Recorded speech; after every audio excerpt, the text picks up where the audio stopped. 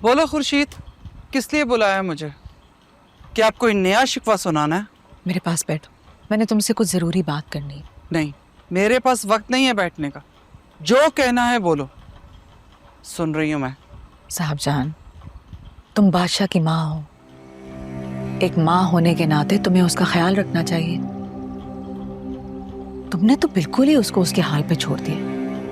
बादशाह मेरी जिम्मेदारी है, और जिस दिन से वो पैदा हुआ है मैंने हमेशा उसकी हर गमी खुशी को समझा भी है और संभाला भी है। और तुम जो 22 साल से इस कमरे में बंद हो, तुम मेरी और बादशाह की मोहब्बत का कैसे अंदाजा लगा सकती हो? 22 साल से मैं इस कमरे में बंद हूं, लेकिन क्यों? कभी सोचा तुमने कि मैं 22 साल से इस कमरे में क्यों बंद हूं? क्योंकि इस हवेली के रस्म और रिवाज सब ने मिलकर मुझे यहां कैद कर रखा है। और ये कैद, ये सजा सिर्फ इसलिए है क्योंकि मैंने इस निजाम के खिलाफ जाने की कोशिश की, अपना घर बसाने की कोशिश की।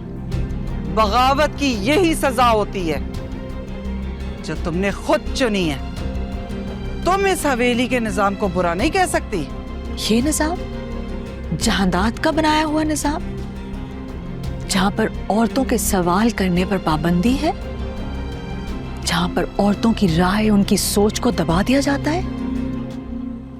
वही निजाम जिसने मुझे मजबूर कर दिया कि मैं अपने ख्वाब, अपनी खुशियों को इस कमरे की 4 दीवारी में दफन कर दूं।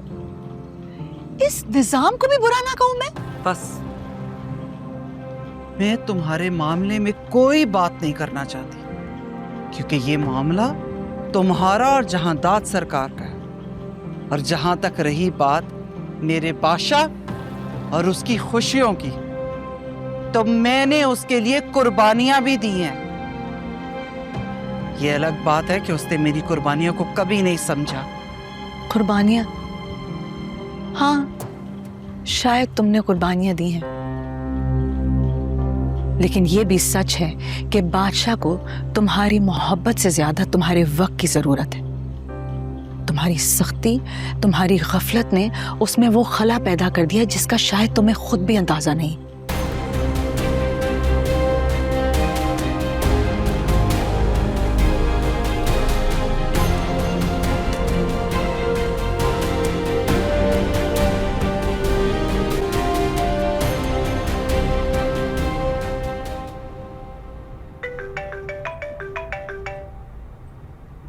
कहाँ गया?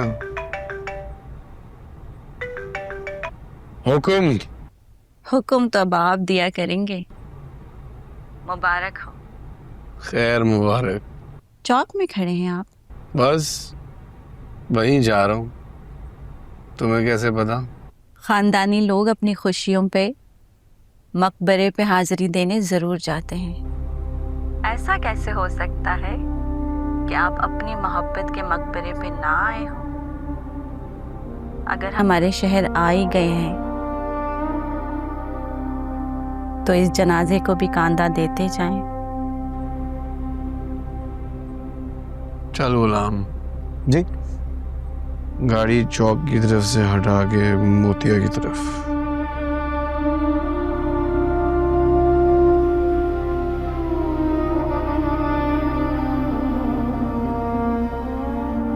एक छोटी सी अर्ज थी बादशाह, अगर आप सुन लें तो बड़ी मेहरबानी होगी आपकी।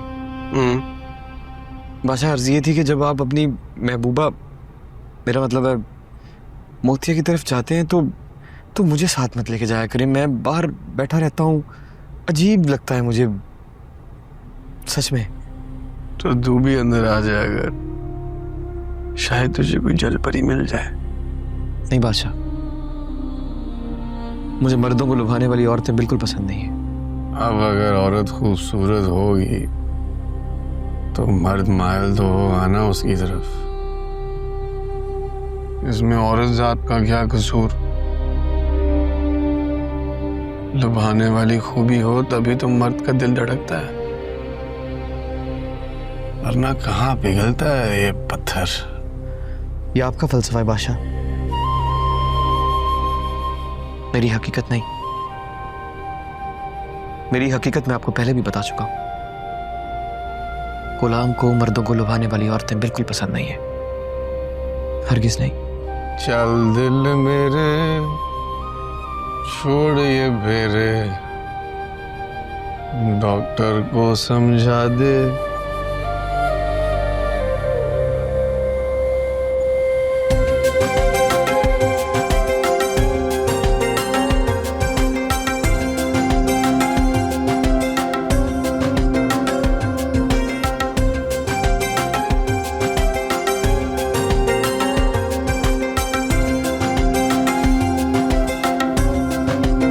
आदाब अर्ज है बादशाह सरकार,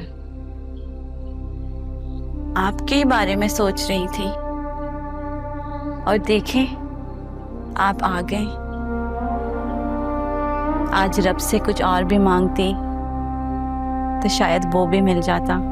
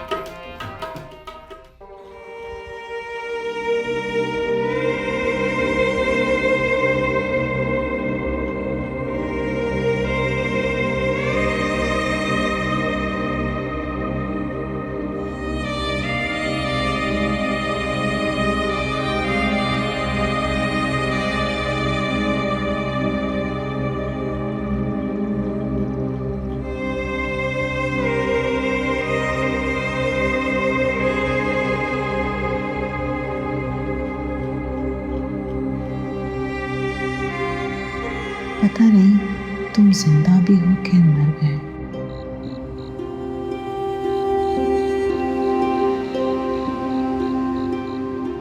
मेरी हिफाजत के लिए मेरे बाबा मौजूद है ना।